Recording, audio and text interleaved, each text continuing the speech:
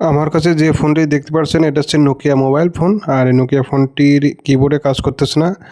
এখানে সবগুলো কিবোর্ডে কাজ করতেছে, কিন্তু যে 7 নাম্বার 7 কিবোর্ডে কোনো কাজ করতেছে না। দেখুন 7 এ কিন্তু কাজ করতেছে না, আর বাকিগুলো কাজ করতেছে। এটা আমরা এখন রিপেয়ার করব।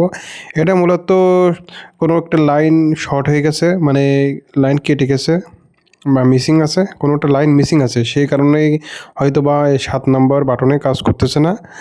আর আমরা এখন সেটাই রিপেয়ার করব দেখে।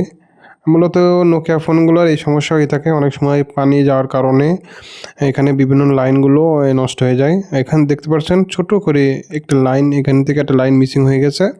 আর এটা আমরা জাম্পার করে দেব, তাহলে কাজ হয়ে যাবে। এই জায়গাটা আমরা সুন্দর করে পরিষ্কার করে নিচ্ছি। আর করা হয়ে গেলে আমরা একটা সুন্দরভাবে জাম্পার করে দেব। মূলত আমরা একটা জাম্পার করে দিয়েছি, মাইক্রোস্কোপের মধ্যে দেখা যাচ্ছে।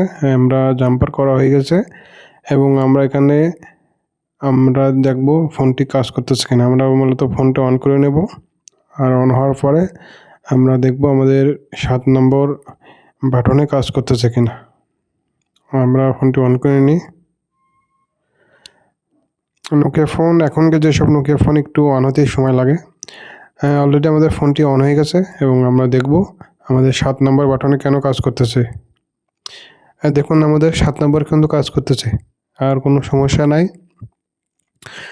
যদি ভিডিওটি ভালো লাগে অবশ্যই একটি কমেন্ট করে জানাবেন।